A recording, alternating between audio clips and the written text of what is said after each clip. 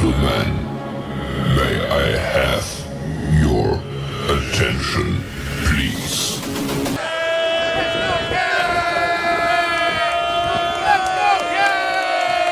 The show starts in 3, 2, 1, go.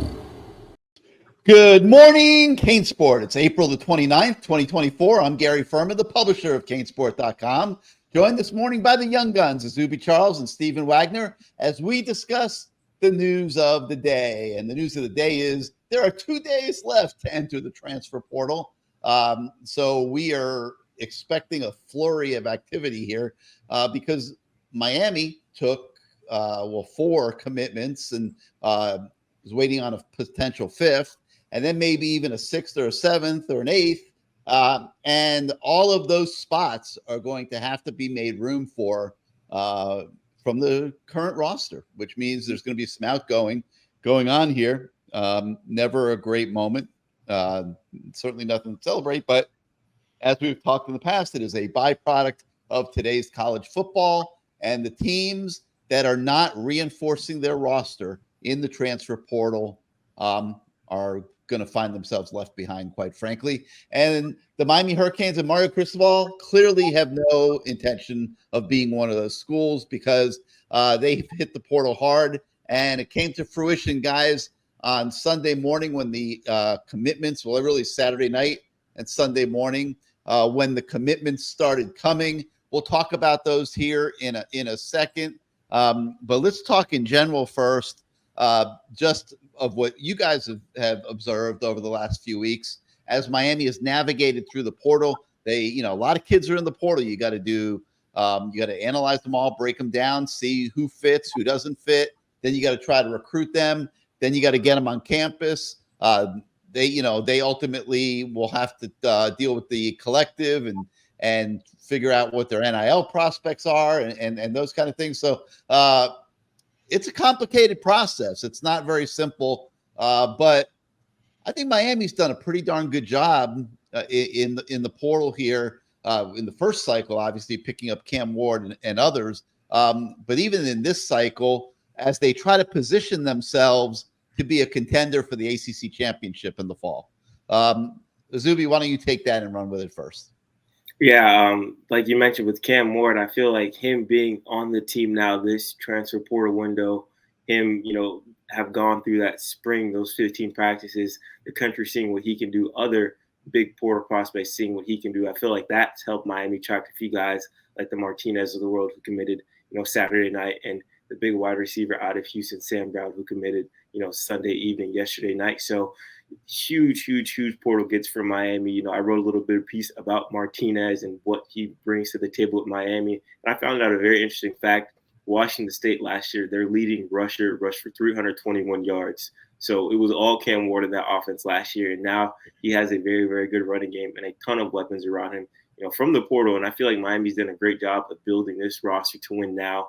They added some pieces on the defensive side of the ball, some great depth pieces in Hill and Alderman, and like you mentioned, a few other guys that they're trying to get on the board in the next few days as the portal comes to a close. But I think Miami has done a great job of identifying top targets, getting them on campus, and closing the deal. Like you said, this past weekend, they've reeled in 5 guys, Martinez in that group, and they're looking to bring in some more guys, who come in today and on Tuesday as well. So very excited to see what Miami's done with this portal. Very happy to see they hit on all the guys that they wanted. And, I think a few more guys will kind of come off the board as we finish, get through the finish line with this portal in the next few days. I have a question. What's with that hat you're wearing? Is that a Florida Marlins cap? Yeah, it's a throwback Marlins cap. A buddy of mine got it for me a while ago. It's one of my favorite hats. And whenever my hair is a little bit messy, I throw it on to kind of tame everything down. Well, thank God it's a throwback because I wouldn't be caught dead in a modern day Florida Marlins hat the way that team's playing and performing and that franchise is putting out for South Florida. Oh my God, what a nightmare. But Stephen, let's go to you. First, let's figure out what's up with your hat. Believe that says the Honda Classic, which is a defunct golf tournament, by the way. Which makes this a classic hat, which makes this a timeless treasure. You could put this thing in a time capsule. People will be Googling what the Honda Classic was 1,000 years from now, historians will stumble across this hat and wonder, what was the Honda Classic? Where did it take place? What was Honda? What was golf? What was Honda? As everyone's going to be riding around in flying cars and electric vehicles from Tesla and stuff. But all right, so you same thing for you. You've watched this whole transfer portal thing evolve and how Miami's gone about it. As you were watching it, what were your thoughts? All right, Gary. Well, there's no math this morning, so I'm going to tell you exactly what I think because I'm tired. I'm hungry. I haven't been sleeping great. My allergies are bothering me, so I'm in a little bit of a bad mood, which means I'm going to say exactly how I'm going to say exactly what I actually think. And that is that I thought Miami's transfer group is very, okay. Yeah, it's fine. Okay, because as like these commitments were rolling in, I'm thinking to myself, okay, how many of these guys are free agents? Sam Brown, I do think is a free agent. I 100% think he's a free agent. He can be the third wide receiver. He had 60 something catches for 800 yards last season at Houston. He's familiar with Dawson's offense. He's great on the perimeter. He's literally an older version of JoJo Trader. I like him. Deone Hill, let's call a spade a spade. He's probably not going to be an immediate instant impact guy. He probably does not single-handedly wave his magic wand and solve all of Miami's concerns in the secondary. He's probably a little bit more of a depth filler, and that's okay. That really is okay. It is totally fine to go into the portal saying, hey, we need depth. We don't need I don't know, name a great cornerback. We don't need Darrelle Revis to come out of. We don't need him to come out of the portal. Sometimes you really can be okay with just saying, hey, we need a third string guy. We need a second string guy. And that's all right. The kid from Tennessee via Louisville, Tyler Barron, he is good. I don't think he's incredible, but I think he's good. Is he better than Nigel Kelly? I think so. I really do think that he is going to be better than Nigel Kelly. You look at linebacker, Alderman. Well, I mean, you look at his numbers, and his numbers are good. He had better stats and better production than Wesley Basainthe last year. And he does come from a Louisville defense that is kind of similar to what Miami does in the sense that, they really want to focus on speed. They want to be an attacking defense. Maybe not necessarily in the sense that, like they're extremely multiple and you don't know where their pressure is coming from, but they are a defense that's at least based off speed. And so I think that's worth something. So, Miami goes, and then obviously Martinez home run. That was freaking fantastic. So you look at what Miami just got. You got one guy, Martinez, who is an absolute star. You got Sam Brown, who's definitely a free agent. You got Alderman, who I think is a little bit better than Wesley Basainthe, but that's up for you to decide how valuable you think that specific position, that level of production is to this roster. Tyler Barron, the defensive end, he's better than Nigel Kelly, but I don't know if he's quite the level of a superstar free agent just yet, but he does make Miami better. And then Deone Hill, I mean, like I said, let's call a spade a spade. Sometimes you really do just need a little bit of depth at corner. That's what he gives them. And so I'm done with my rant. I'm still hungry. I'm still tired, but that's what I have to say. All right. First of all, I love your Matt Shodell imitation. For some reason, when you're doing it, it's much less obnoxious than when Matt's doing Matt, but all good. To me, it's like, what's reality? Like when you're in the transfer portal, what is reality? Are you going to get, if you're taking 5, 6, 7, 8 kids, are they all going to be free agents? As Matt likes to call them. I don't know that that's reality, man. Like it's like you would like for them to be. I just don't know that that's really possible. And, so to me, it was about identifying where the roster could be better. And in that sense, I think they did pretty well. And there's still work left here. They're still recruiting a few kids. A couple of them are scheduled to be on campus today, and the 2 defensive linemen from Michigan State. There's been some speculation one might not show up, but we'll see how that plays out. But, they're still trying there. They've got other kids that have not really become public yet that are sitting there that they are working on. And so there's still a couple days for kids to go in the portal. And I don't think this is done by a long shot, because once kids are in the portal, they don't have to like commit or sign right away. They can continue to be recruited. They just have to have declared themselves in the portal, and that has to be done by the end of business tomorrow. So we're not done with the portal, but when I look at reality, I think they've done all right, and let's touch on it a little bit right now. Okay, so you look at the running back position, and coming out of spring practice with Mark Fletcher's status uncertain for the fall, with AJ Allen, he didn't practice the entire spring. So there's some question marks there. They were putting Elijah Lofton in the backfield a little bit just because they needed guys to take reps, and they didn't really have a dude, an established dude at running back going into the season.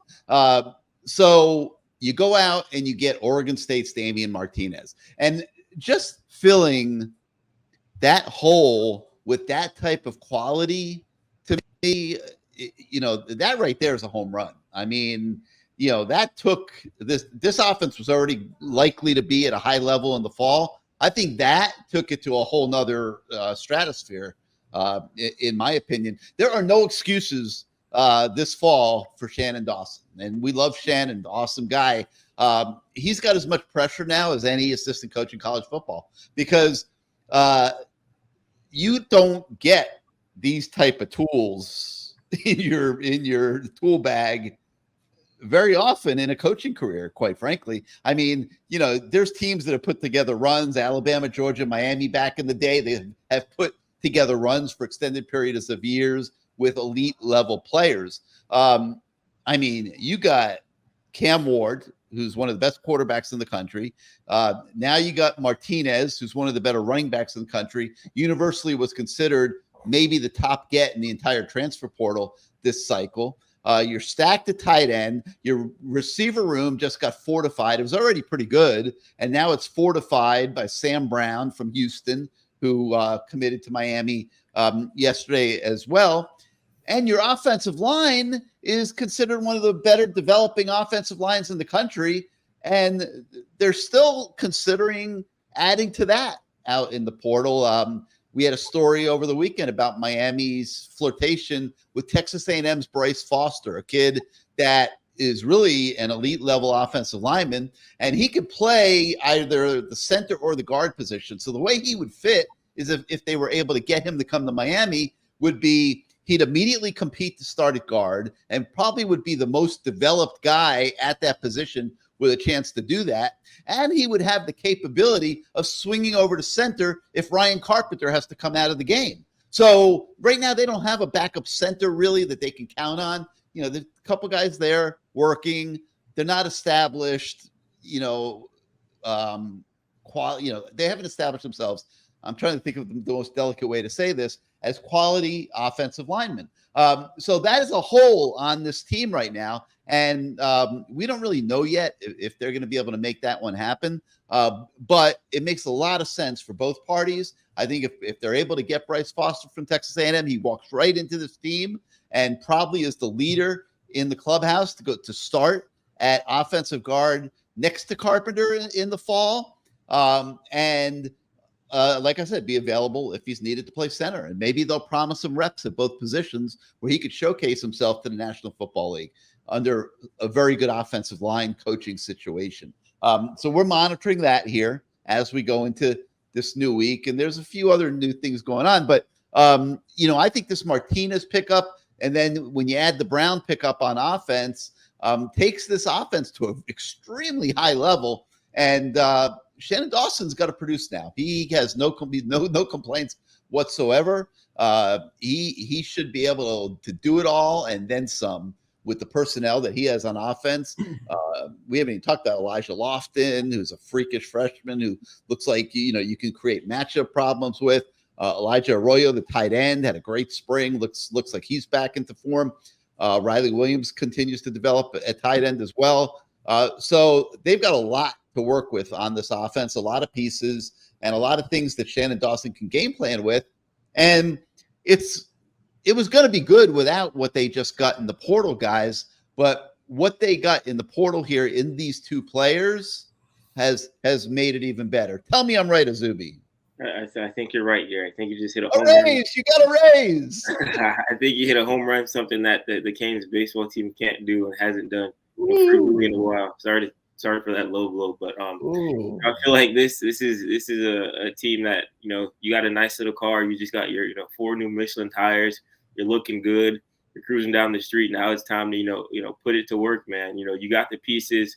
You got, like you said, the Martinez to add a little spice, the Sam Brown to add a little spice, on top of what you already have in the program. And those tight ends, I'm really excited to see what they can do. A few people in that program are really excited about Riley Williams and think he can take that next step. And we've seen what Elijah Lofton did, in the spring. Obviously, he's a true freshman. You can't expect the world from the kid, but he brings some, type of versatility that you don't see around the country. The guy that can move and be, placed in different positions on that offense and contribute early on. And, Cam Ward, man, that's the guy that was, the number one guy, from the jump, and you got him, and now you're surrounding him with pieces that can make him successful. And, I think this is going to be a very, very exciting offense to watch next year. I think it has potential to be one of the best in the country. Last year, they were flirting around that top 25 range, all throughout the season, passing and running. But I do think this year they have what it takes to be in that top 10 range, be, that offense that people are turning on and saying, hey, what's this Miami offense doing this week? We saw glimpses of it, last year, with the Texas A&M game, and then we had ups and downs, throughout the year. But I feel like if they stay consistent this year, they'll be one of the best offenses in the country. And Cam Ward's going to hear his name, get called very soon in that NFL draft next year. Not getting ahead of myself too much there, but all the pieces are there, man. Offensive line, running backs, wide receivers, tight ends, you name it. So a lot of potential in Coral Gables, that offense next year. You were a high school wide receiver. Admit it, man. You wish you could turn back the clock, maybe add a few little tenths of seconds to that 40-yard dash time that you were putting up in high school and get Miami to recruit you and get you to be able to come out and play with this offense. This is going to be a fun, exciting, entertaining offense. And, man, it's just what the doctor ordered, because that home schedule is not real great this year. And at least excitement on offense will give the fans something to look forward to and something to come out to Hard Rock Stadium to watch, because it should be sizzling out there. It really should. And, so let's talk a little bit about the defensive aspect of the transfer portal. And, Miami got a backup linebacker last year from Louisville, KJ Cloyd. I think he started a couple games and played a lot. So they went back, and I think there was a dual purpose here, in recruiting these guys from Louisville. Louisville is one of the better teams that Miami's going to have to play in the fall. And if you can weaken them a little bit while helping yourself in the transfer portal, why the hell not? And they're recruiting 2 guys. Steven mentioned Barron, and the other one is actually committed now in Alderman. And he's a steady linebacker, a little bit in the mold of what Cranky Steven, quite honestly, was saying. Nobody's been calling him, the king of the free agents, making any wild, proclamations about what he is going to do at Miami. But, he started every game last year for Louisville. He's played a lot of football in the ACC. He had 58 tackles, 7 for losses, 1.5 sacks. Really, this was his breakout year last year because he didn't play very much in 2022.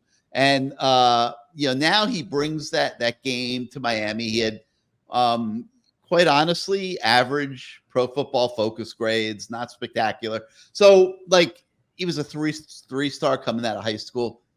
So, Steven, this is what you were talking about a few minutes ago, that, you're not waving the flags. You're not putting on the orange and green colored glasses like I love to do, because I get fired up and excited all the time about what the Miami Hurricanes are getting done. But he's a good player.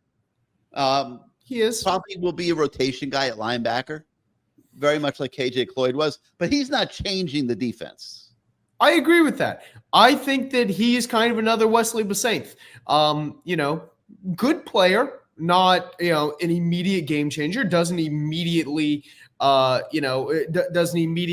make Miami's defense, a top 10 defense in college football. But is he a guy who can absolutely be a second linebacker along with Francisco Malagoa? Yeah, absolutely he can. He can absolutely be that second guy. He showed last year he is capable of being very productive. I think he had 58 tackles last year or something like that. Malagoa had, I think, 82 or somewhere around there. If he gets 12 more tackles this year, all of a sudden you're looking at 70 tackles. I think Besainth is somewhere between 40 and 45. So if nothing else, you get a little bit of depth. I do think that right now, production wise, at least he's a little bit better than Besainth. The numbers were there. He had a couple sacks last year, or he had, I think, 1.5 sacks last year. He had a couple of passes defended. He played pretty well against Miami whenever they came down to Hard Rock last year. I went back and I rewatched that game, and you see him involved in a pretty decent number of plays. I'd say kind of maybe one knock against him, if anything, is sometimes he can be a little bit over aggressive. Sometimes he can be a little bit too aggressive. He gets a little bit over eager to try to blow things up in the backfield. He can end up taking a poor angle on a tackle. But I mean, having a player who's too willing to make a play isn't necessarily a bad thing. I think that Miami's defense is at least a little bit better, because he's on the roster now. But I mean, for the most part, and I know we've all seen all the beef going on Twitter, but for the most part, Mario Cristobal has made it clear he wants to primarily focus on high school recruiting. He wants that to be kind of the foundation and the base of his culture, and then he wants to be able to use the portal to kind of supplement whatever holes might be left on the roster. Now, I think right now Miami's definitely taking a step in the right direction, in the sense that this year Miami did not have to go nearly as aggressively into the portal as they did last season or even the season before that. Miami did at least take that small step forward. It seems now that they have more high school guys who they can rely on, more guys that Cristobal recruited right from the get-go, and that frees them up to go pursue a couple of free agents. Getting the 2 defensive linemen was a free agent, or they were free agents. Getting Damian Martinez, that is a big time free agent. Getting Sam Brown, I definitely call that a free agent. So I think we are slowly starting to see the shift away from just trying to grab dudes out of the portal, and as opposed to actually going after 1 or 2 or 3 or 4 really key guys who you need to make the roster better, and that's it. I think that Miami is slowly taking steps in that direction, and I think if Miami wins the way they think they can win this year, and I'm talking 10 plus games, ACC title appearance, flirting with a college football playoff berth, or even making the playoff now that they're in the expanded playoff. I think we're going to see a lot better things happening in Miami recruiting. I think they're going to bet on themselves a little bit. I think that recruiting would skyrocket as a result. I think their hit rate would improve as a result. And this time next year, they'd probably be going after even fewer guys in the transfer portal, and really only be going after the 1 or 2 or 3 or 4 free agents. Yeah. So, let's talk also about the other commitment they got on defense, and that's Deone Hill. He's the cornerback from Marshall. He played for Lance Guidry at Marshall. He played for Chavez Jackson who coached the cornerbacks at Marshall before coming to Miami. And this was, I think, a familiarity take. I'm not quite sure what to make of this one, Stephen. I don't know I wouldn't call him a free agent by any stretch of the imagination. He's a solid defensive back.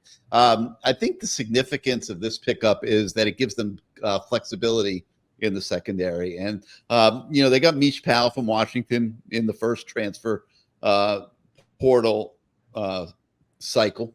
And he played in the slot in spring practice, and he did okay. But let's make no mistake. I'm trying. I think it was.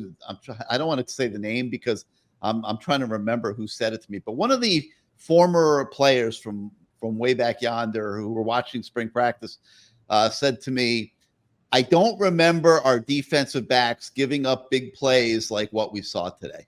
And there were some big plays that were given up in the spring game, and guys were able to get deep. I think, Horton had one from what I remember, and I think JoJo had one. But guys were making big plays down the field against the defensive backfield in spring practice. No argument whatsoever. Saw many of them with my own eyes. And I think that they kind of like the idea of having some flexibility. Maybe Powell goes back to safety, which is where he predominantly played last year for Washington. Maybe that frees up some room here for Diani to be in a rotation at corner. I mean, you got to have 5 or 6 corners in today's college football or pro football. I mean, there's way too much stress put on those positions on a play-by-play basis. Way too much aerial football being played, and you better have guys at cornerback if you're going to be a good team. So I like the pickup in that regard and the flexibility it gives them. Zuby, but would you agree with Steven that this is not a game-changing move? This is not a team-altering acquisition, that this is, just more of a depth filler guy that will contribute to the overall product? Yeah, no, I 100% agree. I feel like Diani Hill comes in with, she's coming from that, group of 5 level. He's coming to that power 4 level now. And I feel like he's a guy that maybe next year we see him kind of be, one of the staples in the secondary for the defense. But I feel like this upcoming year is going to be a great kind of transition year for him as he gets acclimated to the power 5 level. Not saying he can't play at that level yet, but he did, have quite a few schools show interest in him and ultimately ended at Miami. And one thing I do love about, him coming to Miami is, like you mentioned, that familiarity. You're not starting from, ground zero with the kid. He's familiar with the defense. He's familiar with working with Coach Jackson. So that's obviously a plus. That's a step ahead for him. And I feel like he's a great depth guy. Like we watched during the spring, Miami's quarterbacks did not look the best. There were some times we were like, okay, they definitely need to add a guy. We don't know who, but they're definitely going to add a guy. This is a guy, like I said, a guy that, Coach Guidry, Coach Jackson are both familiar with. A guy that I think, he showed some flashes last year, I believe, over 50 tackles and interceptions, a few PBUs, had pretty good coverage grades, PFF and man-to-man. And I think he's a guy that comes in, he plays, 20 to 25 snaps a game, gives the guys, a little bit of breather here and there. If a guy goes down, you're confident in that second cornerback you're bringing in. By no means do I think he's going to come in and be, cornerback 1, but I do think, like you guys both said, he's a great rotational piece and a guy I think that can develop into a piece that Miami, can really count on in the secondary. He's a very young guy, has, I believe, 2 or 3 years of eligibility left. So he's a guy that's coming in with time, not just a one and done guy that's going to be out of here next year. And yeah, I'm glad with that pickup. I know a lot of people are, people say, hey, I'm too optimistic sometimes, but hey, if a guy's produced at a good school that's played some good football and coaches like him and he's familiar with the system, why not bring him in, let him do his thing, and maybe he can show he's a great, power 4 player in the future. No problem with the positivity, Azubi. We have one Grinch that steals Good Morning CaneSport on a regular basis in Shodell, so it's okay to have some counterbalance with you guys. I like what Steven kind of likes, somewhere in the middle. He's got his grumpy side as well. But anyway, so I think that pretty much covers where Miami is right now in the transfer portal. You got a couple of big visits today. We'll be all over that. More commitments possibly coming. And there's going to be players on the current team that are going to be leaving. We'll be tracking that as well. So lots to stay up with at CaneSport.com. Make sure you check the website every day. If you're not yet a subscriber please, please, please head on over to CaneSport.com. Join our great community of fans. You will not be sorry. You get the group of us who are working morning, afternoon, and night, 7 days a week to enhance your fan experience to the best that we can. And like I said, the activity on our message boards and in our community can't be matched, and provides great entertainment every single day for everybody that participates. So get on over to CaneSport.com now and join our site. And if you're on YouTube right now watching this show, hit your subscribe and like buttons, because it does help us with the algorithms in growing our audience and increasing Azubi and Steven's profile, so that when they're scouting on Tinder and stuff like that, they are celebrities, okay? And everybody knows who they are. You're the guy on the morning show. And that can go a long way. It can go a long way in that dog-eat-dog world of social media. Okay, let's shift gears. This is not the greatest subject in the world, but we got to do it, okay? The NFL draft. All right. And wow. We have been talking endlessly for years about how Miami doesn't have impact talent. People get mad at me when I say it, but it's absolutely been true. Not enough influential players on this roster, not enough impact players on this roster. Another NFL draft has come and gone, and boy, did that get driven home with an exclamation point this past weekend. Cam Kinchens went late in the third round, was the first Hurricane taken as suspected. And the draft went on and on and on and on and on. And then we get there to the seventh round and nobody else has been picked. And you can just imagine, guys, what the emotions, how they were running rampant on all those guys that were just sitting there for 3 days waiting to see if they would be taken. Well, the final round was the round of the Canes. Jaden Davis, Matt Lee, and James Williams all got drafted. But,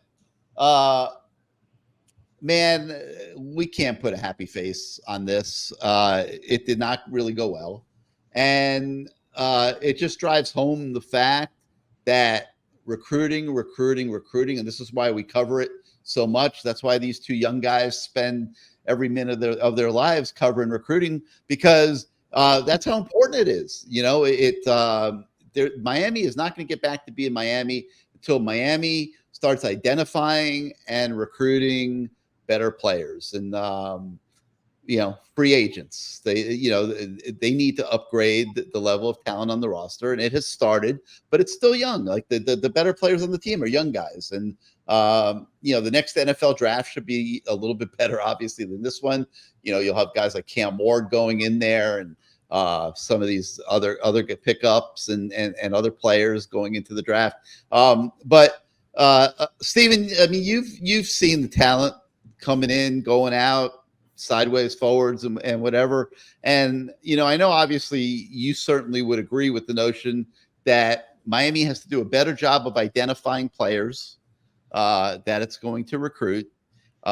Fewer misses, which is huge. I mean, everyone's going to have misses. Like, every guy in a recruiting class is not going to make it. Like this past class, there's already one or two guys that even after just one spring practice, you could see are going to really have a tough time it here. Not too many of them, though. This was a pretty damn good recruiting class. But Steven, you would agree with that notion that the talent level and the quality of players that are being brought in can't be elevated fast enough. Yeah, I really don't think it takes much to agree with that. But I mean, you look at kind of how you get to the NFL draft, and it's twofold. Half of it is talent identification and talent acquisition, which is recruiting and scouting, and making sure that you are recruiting the right guys. And then the second half of it is development. Player development without talent acquisition gets you Iowa. Talent acquisition without player development gets you Texas A&M, and both get you to 8-5 with occasional prospects, put in the NFL draft. You might get One NFL first rounder every 4 years, 5 years, something like that. Really more on luck than anything else. But I mean, at the end of the day, it comes down to, are these guys going to be the right fit for your system? Because just because a player comes to Miami and say he's not a great fit for this team, that doesn't mean that he wouldn't be a great fit for, I don't know, Arizona, or he wouldn't be a great fit for Maryland, and vice versa. So I think it's a little bit. I think it's not as black and white as just saying, okay, well, we need to identify, the right players, and because the right players are just going to develop, and that's that. I do think it's a little bit more of, make sure that you get the right players for your culture, because I mean, none of the players that are in the top 300, no one rated as a 4-star player, lacks talent. And yeah, of course, some of them might be a little bit too close to their ceiling. Some of them might not get that much better necessarily per se, but it's about making sure that you get the guys who fit your culture the right way.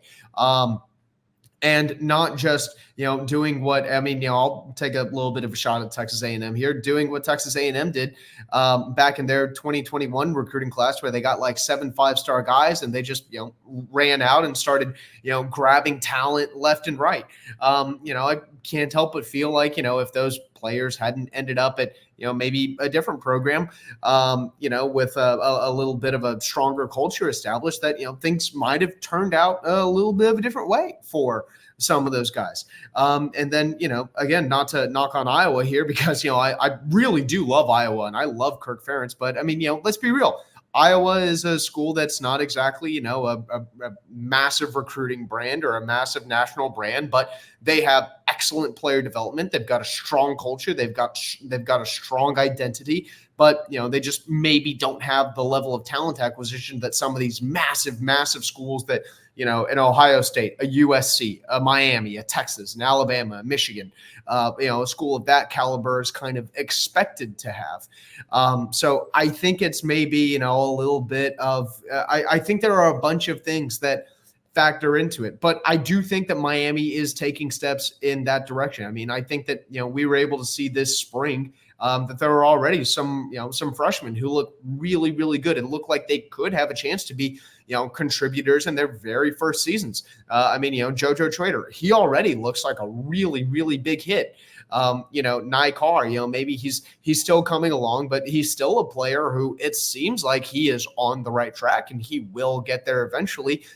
You look at the players from last year's class, from the 23 class that are starting to maybe take the steps that everyone was kind of hoping they would take. Guys like Riley Williams, it looks like he is finally turning into the player that, Miami was really hoping he would be. And, in the 22 class, a Matthew McCoy, who, it seems like he's maybe starting to come along a little bit. Another guy that Miami really, really had these high hopes for. So I don't think it's as simple as just, identifying the talent that will develop, but I think it's about identifying the talent that develops in your system specifically.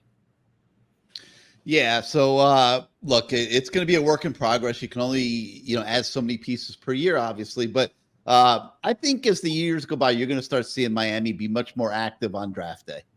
They are bringing in talent that is moving the needle in that direction. So we will certainly be looking for that, because for Miami to take the next step in its evolution back to being Miami, it has to start with impact players. So you got Cam Ward this year. You got a couple other guys that might have that kind of potential. So that's a step forward here in Coral Gables. All right. So the baseball team, guys, real quick. I mean, Zuby's wearing classic Marlins. He's certainly not wearing classic Canes for sure. But they lost 2 or 3 to Georgia Tech this weekend, and just a continuation of a nightmarish season, in my opinion. But Zuby, you're a resident baseball guy. Your thoughts on just how this team just keeps going through the season with disappointment after disappointment? I think this all starts from the top of the organization. Honestly, a lot of people question that hire when, coach of the baseball team. I'm not going to say any names right now, but when that hire happened, a lot of people said, "Hey, why didn't we do a national search? Why did we just do the easy route hire in house?" And I kind of feel like it's showing a little bit. This team is very inconsistent. You get run ruled by Georgia Tech 17-1, I believe the fourth time they've been run ruled this year, and it's just not looking good. You have young guys, Daniel Cuvée, that's popped a little bit, but besides that, man, that rest of the team is pretty flat. You don't bring any free agents. I mean, in the baseball transfer window, you kind of bring in a few guys that are okay, but it's showing now. I mean, at media day, a lot was said about, hey, this is a team that a lot of people don't know and will know towards the middle of the year, but now they're getting known for the wrong reasons, which is something you never want to see. I feel like this is kind of just built off last year. Very disappointing, and then just continuing to roll into this season. Pitching hasn't been great. It's ups and downs. You get a good outing from one guy, and the next guy gives up 17 runs the next game. It's just you can't find any consistency. You can't find any consistency at the plate, on the mound, and it leads to the team being under 500, I believe, by like 5 or 6 games. And I don't think it's going to turn around anytime soon. I kind of see this season as kind of a wash. And hey, buckle up, hit that transfer portal hard, and try to come back and flip the page next year. But this has been quite a disappointing season in Coral Gables for that baseball team that's had a lot of great history and has done a lot of great things in the past. I think you need to come clean, okay? You're hitting South Beach with JD Arteaga, right? You just flat admit it, okay? Because why would you not mention his name? Everybody knows who the baseball coach is in Miami. You don't have to protect him from the masses. They are going to be calling for his dismissal here in the coming weeks as this season mercifully comes to a close. You don't have to protect him, Azubi. I know you're nice, but you don't have to be that nice. Yeah, Coach JD's. Yeah, that this first year is very rough. I mean, you bring in a bunch of new guys as well too. It's just not clicking right now down there. I don't know if they'll dismiss him after this year. Maybe his seat's super hot headed next year, short string. But this year, first year for Coach JD, a guy that is a great former Cane himself, is not doing the best at that head position. But we can switch to a positive topic. We can talk some hoops a little bit. Like yesterday, if you paid attention to the site, Miami landed a great addition in the transfer portal. Jalen Blackman out of Stetson, and one word I would describe him is just bucket. Last year I feel like the basketball team had an offseason just like how the baseball team's having. We didn't have a true scorer. We didn't have a guy that can get you a bucket at any given time from anywhere. The year before they had Isaiah Wong, Jordan Miller type of guys that, hey, if we need a clutch bucket, we go to them. And this Blackman kid is special. 10th in the country, over 21 points a game last year. Pair him in the backcourt with Pack. You got Jalil Bethea, and then you got Matthew Cleveland coming back. You got Brandon Johnson. You got Lynn Kidd. I feel like this basketball team is going to do some things next year. So on a positive note, I know we were real sad about baseball, but hey, we got a basketball committee and things are looking good. They got 9 players, Zuby. 9 players. They have 13 scholarship, 9 players. Still some work left to do. The Stewart kid from Duke, he's a 6'9", 6'10" forward that's in the transfer portal. Hearing some buzz that he might visit Miami. He would be a great addition. And then they gotta find a little bit more before they start thinking NCAA tournament and Final Fours again. Poor Coach Larinaga, man. Everything I'm hearing is he's up for the fight, but wow. How about North? How ridiculous was this team a year ago? And they clearly didn't have chemistry. There clearly were issues. There was one game where Larinaga just walked away from them and sat by himself on the bench in frustration. It was a rough year. But after that, Norchad Omier, who's a very good player, how does he walk in and say, if you don't give me $1 million, which is something I reported a couple days ago, you don't give me $1 million, I'm leaving. Are you kidding me? This is what the world has come to. You just had a garbage season. You lost your last 10 games. Was not the same Norchad in 2023, 24 that we saw in 22, 23 for sure. He was okay. But this is what we're dealing with now, where guys, and they were willing to give him $750, which was amazing from what I heard. And he walked. So now there was already a chance he was going to try to go to the NBA, but he very quickly found out he's not ready for that. These are tough times for Jim Larrañaga, no argument. Norchad was probably his best player, and now he's out shopping himself in the portal. We've heard some scuttlebutt about Kentucky and a couple others. We'll see what happens there. But Miami still needs players. They still need 4 guys to round out this roster, and it's starting to get pretty slim pickings out there. So this is going to be interesting. They're going to go all in, I think, on trying to land Stewart, and then see what's left after that. And you might be getting down to filling the back end of your roster for practice, quite frankly, and just giving guys a scholarship for a year, because I don't know how many more great players are going to be in the portal. You still got 2 days, so we'll see. Hopefully, somebody has some back channel connections to something over there. But this roster building process has been kind of rough for Jim Larrañaga. So I hope he's doing well, and we'll see how it ends. But we've had so much focus on the transfer portal. We don't want you guys to think that we are dropping the ball on traditional recruiting. We are still doing quite a bit, and Steven and Zuby are keeping very busy every day chasing 2025 and 2026 recruits. Spring practice starts in South Florida this week. And the guys are going to be going out to practices. We'll have a ton of stories on all of the local South Florida prospects over the next few weeks as they go out and practice. And coaches will be going out to practices as well and doing evaluations. And Stephen and Azubi will be out on the streets every day. If you see them, please give them a hug. And if you're female, give them a kiss and welcome them to your school. They're really good dudes. And so you have a lot to look forward to from them this month as we visit spring practices in the Tri-County area here and take a look at some of the better players that are in the 25 and 2026 recruiting classes. But on the website this morning, we have a couple things. There's a 3-star interior offensive lineman. His name is Isaac Spike Souls from Louisville, as a matter of fact. Louisville Male High School, a school that produces a lot of talent. And Miami offered him in early January, and he's very much in consideration. And I was so impressed. Steven wrote a story on Isaac, which is on the website. And we put it out, Isaac's mom put a beautiful tweet out on Twitter. And I wish I had thought about screenshotting it and putting it on the show today. Thanking you, Steven, for the phenomenal job that you did on her son's story and telling it. And, I hope you saw it. Did you see it? Yeah, I did. It was his dad, by the way. It was his dad? His dad? Yeah. Okay. I thought it was mom, but I guess I didn't look close enough. It was a crazy weekend. But it was nice, to see that they appreciated the job that Steven did on that story. And he's a good-looking prospect. So check out that story when you can. We also have a story on Bradenton IMG Academy 4-star linebacker Nathaniel Owosu Boateng. I hope I pronounced that right. He's one of the more sought-after defenders in the 2025 class. A coveted linebacker, to say the least.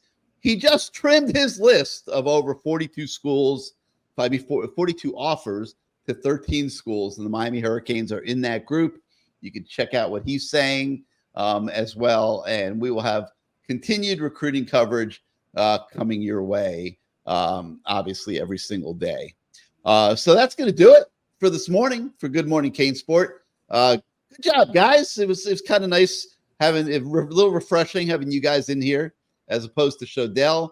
Again, if you like this show, like our channel, hit your subscribe and like buttons on YouTube, and you'll help us grow our audience by training those algorithms to send people to the CaneSport.com YouTube channel. And please, if you're not yet a subscriber to CaneSport.com, do go ahead and come on over and get that subscription. Your subscriptions allow us to do what we do every single day. So for Zuby Charles and Stephen Wagner, I'm Gary Ferman.